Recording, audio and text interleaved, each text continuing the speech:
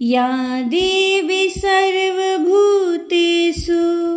मातृरूपेण संस्थिता नमस्तस्यै नमस्तस्यै नमस्तस्यै नमो नमः। जय माता दी आप सभी को। कैसे हैं आप सभी? आशा करती हूँ आप सभी अच्छे होंगे और स्वस्थ होंगे। आप सभी को नवरात्रि की बहुत बहुत शुभकामनाएं। आइए हम सब मिलकर इस नवरात्रि माँ भगवती का ध्यान करें।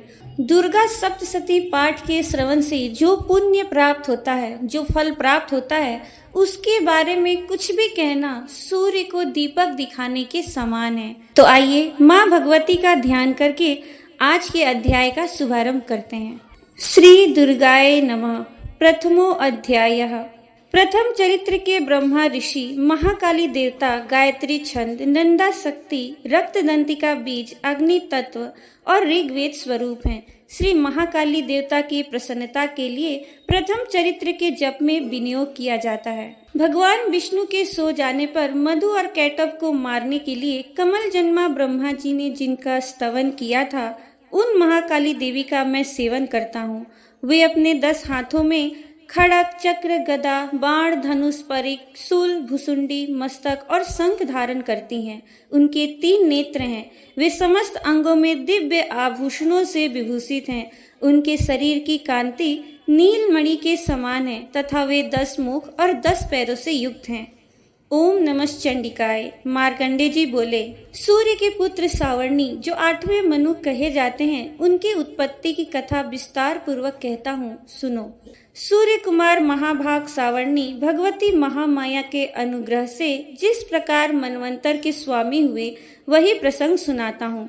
पूर्व काल की बात है। स्वारोचिस मनवंतर में सूरत नाम के एक राजा थे जो चैत्र वंश में उत्पन्न हुए थे। उनका समस्त भूमंडल पर अधिकार था। वे प्रजा का अपने औरस पुत्रों की भांति धर्म पूर्वक पालन करते थे। तो भी उस समय कोला विध्वंसी नाम के क्षत्रिय उनके शत्रु हो गए। राजा सूरत की दंड नीति बड़ी प्रबल थी। उनका शत्रुओं के साथ संग्राम हुआ। यद्यपि कोला विध्वंसी संख्या में कम थे, तो भी राजा सूरत युद्ध में उनसे परास्त हो गए। तब वे युद्ध भूमि से अपने नगर को लौट आए और केवल अपने देश के राजा होकर रहने लगे। समूची पृथ्वी से अब उनका अधिकार जाता रहा, किंतु वहां भी उन प्रबल शत्रुओं ने उस समय महाभाग राजा सूरत पर आक्रमण कर दिया। राजा का बल क्षीण हो चला था, इसलिए उनके दुष्ट, बलवान एवं दुरात्मा मंत्रियों ने वहां उनकी राजधानी में भी राजकीय सेना और खजाने को हथिया लिया। सूरत का प्रभुत्व नष्ट हो चुका था, इसलिए वे शिकार खेलने के बहाने घोड़े पर सवार हो वहां से अकेले ही एक घने जंगल में चले गए। वहां उन्होंने विप्रवर मेधा मुनि का आश्रम देखा, जहां कितने ही हिंसक जीव अपनी स्वाभाविक हिंसा वृत्ति छोड़कर परम शांत भाव से रहते थे। मुनि के बहुत से शिष्य उस वन की शोभा बढ़ा रहे थे। वहां जाने पर मुनि ने उनका सत्कार किया और वे उन मुनि श्रेष्ठ के आश्रम पर इधर उधर विचरते हुए कुछ काल तक रहे। फिर ममता से आकृष्ट चित्त होकर वहां इस प्रकार चिंता करने लगे, पूर्व काल में मेरे पूर्वजों ने जिसका पालन किया था, वही नगर आज मुझसे रहित है। पता नहीं मेरे दुराचारी भृत्यगण उसकी धर्म पूर्वक रक्षा करते हैं या नहीं। जो सदा मद की वर्षा करने वाला और सूरवीर था, वह मेरा प्रधान हाथी अब शत्रुओं के अधीन होकर न जाने किन भोगों को भोगता होगा। जो लोग मेरी कृपा, धन और भोजन पाने से सदा मेरे पीछे पीछे चलते थे, वे निश्चय ही अब दूसरे राजाओं का अनुसरण करते होंगे। उन अपव्ययी लोगों के द्वारा सदा खर्च होते रहने के कारण अत्यंत कष्ट से जमा किया हुआ मेरा वह खजाना खाली हो जाएगा। ये तथा और भी कई बातें राजा सूरत निरंतर सोचते रहते थे। एक दिन उन्होंने वहां विप्रवर मेधा के आश्रम के निकट एक वैश्य को देखा और उससे पूछा, भाई तुम कौन हो? यहाँ तुम्हारे आने का क्या कारण है? तुम क्यों शोकग्रस्त और अनमने से दिखाई देते हो? राजा सूरत का यह प्रेम पूर्वक कहा हुआ वचन सुनकर वैश्य ने विनीत भाव से उन्हें प्रणाम करके कहा। वैश्य बोला, राजन, मैं धनियों के कुल में उत्पन्न एक वैश्य हूँ। मेरा नाम समाधि है। मेरे दुष्ट स्त्री पुत्रों ने धन के लोभ से मुझे घर से बाहर निकाल दिया है। मैं इस समय धन, स्त्री और पुत्रों से वंचित हूँ। मेरे विश्वसनीय बंधुओं ने मेरा ही धन लेकर मुझे दूर कर दिया है, इसलिए दुखी होकर मैं वन में चला आया हूँ। यहाँ रहकर मैं इस बात को नहीं जानता कि मेरे पुत्रों की, स्त्री की और स्वजनों की कुशल है या नहीं। इस समय घर में वे कुशल से रहते हैं अथवा उन्हें कोई कष्ट है। वे मेरे पुत्र कैसे हैं? क्या वे सदाचारी हैं अथवा दुराचारी हो गए हैं? राजा ने पूछा, जिन लोभी स्त्री पुत्र आदि ने धन के कारण तुम्हें घर से निकाल दिया, उनके प्रति तुम्हारे चित्त में इतना स्नेह का बंधन क्यों है? वैश्य बोला, आप मेरे विषय में जैसी बात कहते हैं वो सब ठीक है, किंतु क्या करूं, मेरा मन निष्ठुरता नहीं धारण करता। जिन्होंने धन के लोभ में पड़कर पिता के प्रति स्नेह, पति के प्रति प्रेम तथा आत्मीय जन के प्रति अनुराग को तिलांजलि दे मुझे घर से निकाल दिया है, उन्हीं के प्रति मेरे हृदय में इतना स्नेह है। महामते, गुणहीन बंधुओं के प्रति भी जो मेरा चित्त इस प्रकार प्रेम मग्न हो रहा है, यह क्या है? इस बात को मैं जानकर भी नहीं जान पाता। उनके लिए मैं लंबी सांसें ले रहा हूँ और मेरा हृदय अत्यंत दुखित हो रहा है। उन लोगों में प्रेम का सर्वथा अभाव है, तो भी उनके प्रति जो मेरा मन निष्ठुर नहीं हो पाता, इसके लिए क्या करूं? मार्कंडे जी कहते हैं, ब्रह्मन, तदनंतर राजाओं में श्रेष्ठ सूरत और वह समाधि नामक वैश्य दोनों साथ साथ मेधा मुनि की सेवा में उपस्थित हुए और उनके साथ यथा योग्य न्यायानुकूल विनय पूर्ण बर्ताव करके बैठे। तत्पश्चात वैश्य और राजा ने कुछ वार्तालाप आरंभ किया।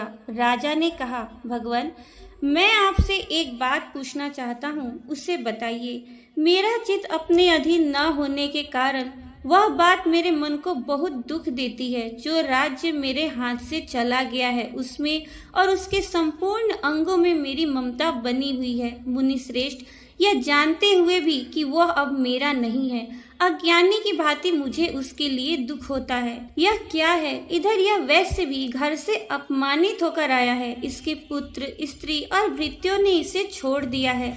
स्वजनों ने भी इसका परित्याग कर दिया है, तो भी यह उनके प्रति अत्यंत हार्दिक स्नेह रखता है। इस प्रकार यह तथा मैं दोनों ही बहुत दुखी हैं। जिसमें प्रत्यक्ष दोष देखा गया है, उस विषय के लिए भी हमारे मन में ममता जनित आकर्षण पैदा हो रहा है। महाभाग, हम दोनों समझदार हैं, तो भी हम में जो मोह पैदा हुआ है, यह क्या है? विवेक शून्य पुरुष की भांति मुझमें और इसमें भी यह मूढ़ता प्रत्यक्ष दिखाई देती है। ऋषि बोले, महाभाग, विषय मार्ग का ज्ञान सब जीवों को है, इसी प्रकार विषय भी सबके लिए अलग अलग है। कुछ प्राणी दिन में नहीं देखते और दूसरे रात में ही नहीं देखते, तथा कुछ जीव ऐसे हैं जो दिन और रात्रि में भी बराबर ही देखते हैं। यह ठीक है कि मनुष्य समझदार होते हैं, किंतु केवल वे ही ऐसे नहीं होते। पशु, पक्षी और मृग आदि सभी प्राणी समझदार होते हैं। मनुष्यों की समझ भी वैसी ही होती है जैसी उन मृग और पक्षियों की होती है, तथा जैसी मनुष्यों की होती है वैसी ही उन मृग, पक्षी आदि की होती है। यह तथा अन्य बातें भी प्रायः दोनों में समान ही है।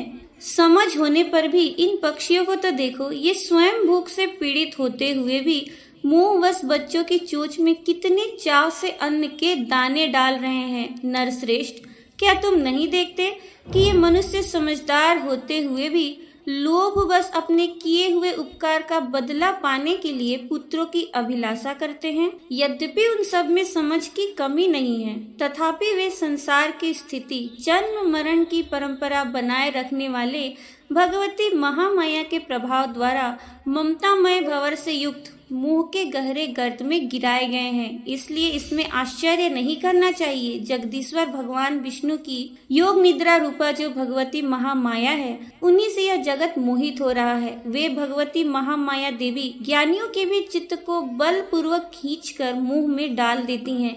वे ही इस संपूर्ण चराचर जगत की सृष्टि करती हैं, तथा वे ही प्रसन्न होने पर मनुष्यों को मुक्ति के लिए वरदान देती हैं। वे ही परा विद्या, संसार बंधन और मोक्ष की हेतु भूता सनातनी देवी तथा संपूर्ण ईश्वरों की भी अधीश्वरी हैं। राजा ने पूछा, भगवान, जिन्हें आप महामाया कहते हैं, वे देवी कौन है? ब्रह्मन, उनका आविर्भाव कैसे हुआ तथा उनके चरित्र कौन कौन है?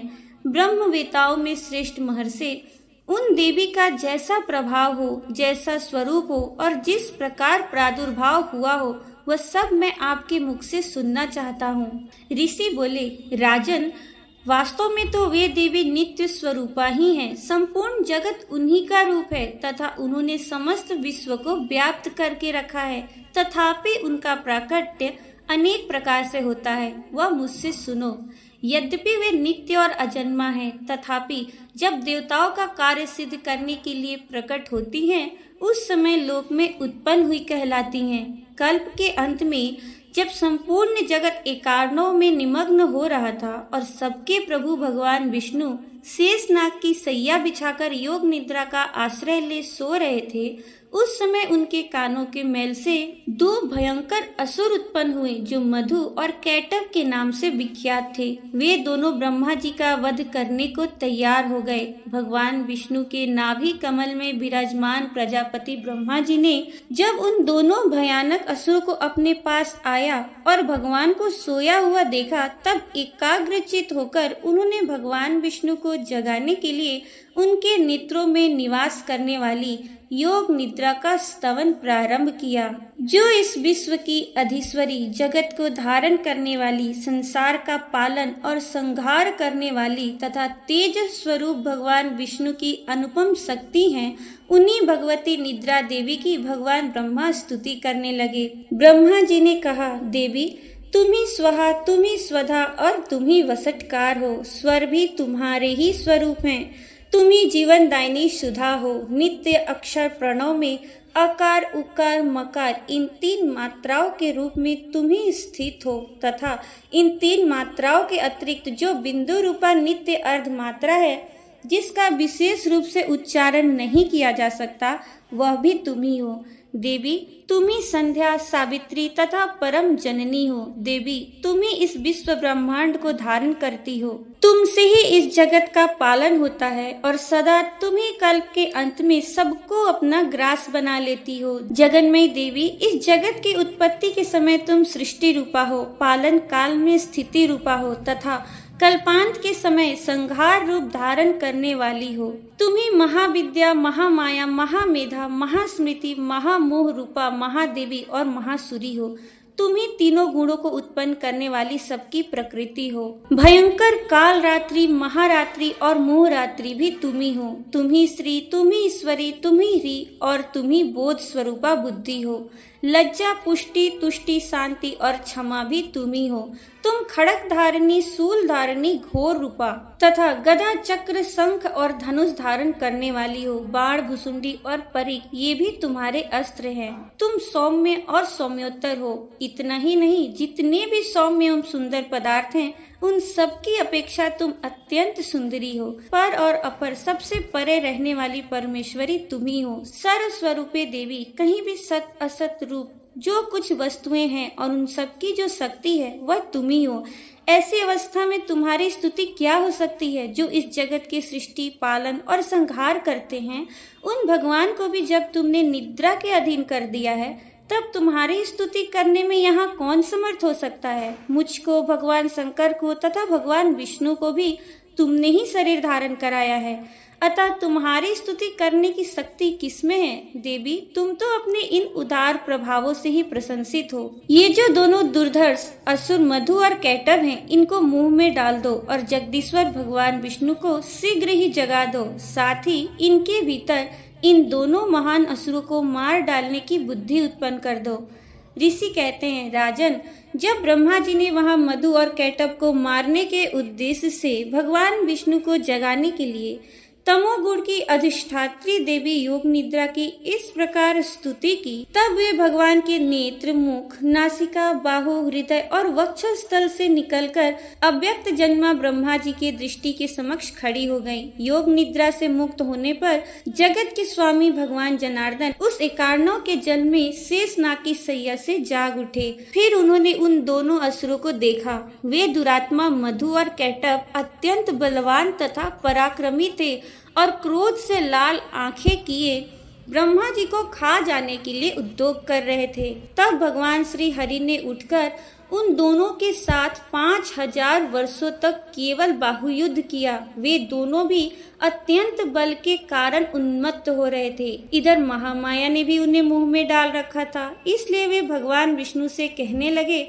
हम तुम्हारी वीरता से संतुष्ट हैं, तुम हम लोगों से कोई वर मांगो। श्री भगवान बोले, यदि तुम दोनों मुझ पर प्रसन्न हो तो अब मेरे हाथ से मारे जाओ। बस इतना सा ही मैंने वर मांगा है, यहाँ दूसरे किसी वर से क्या लेना है। ऋषि कहते हैं, इस प्रकार धोखे में आ जाने पर जब उन्होंने संपूर्ण जगत में जल ही जल देखा, तब कमल नयन भगवान से कहा, जहाँ पृथ्वी जल में डूबी हुई ना हो, जहाँ सूखा स्थान हो, वहीं हमारा वध करो। ऋषि कहते हैं, तब तथास्तु कहकर शंख चक्र और गदा धारण करने वाले भगवान ने उन दोनों के मस्तक अपनी जांघ पर रखकर चक्र से काट डाले। इस प्रकार ये देवी महामाया ब्रह्मा जी की स्तुति करने पर स्वयं प्रकट हुई थी। अब पुनः तुमसे उनके प्रभाव का वर्णन करता हूँ, सुनो। इस प्रकार श्री मार्कंडेय पुराण में सावर्णिक मनवंतर की कथा के अंतर्गत देवी महात्म्य में मधुकैटभ वध नामक पहला अध्याय पूरा हुआ। प्रेम से बोलिए श्री सांचे दरबार की जय। जगत जननी माँ जगदम्बा की जय।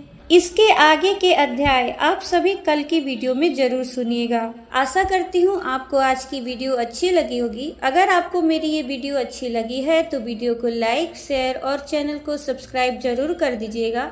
मिलूंगी मैं आप सभी से अपने अगले वीडियो में। जय माता दी, जय श्री राधे।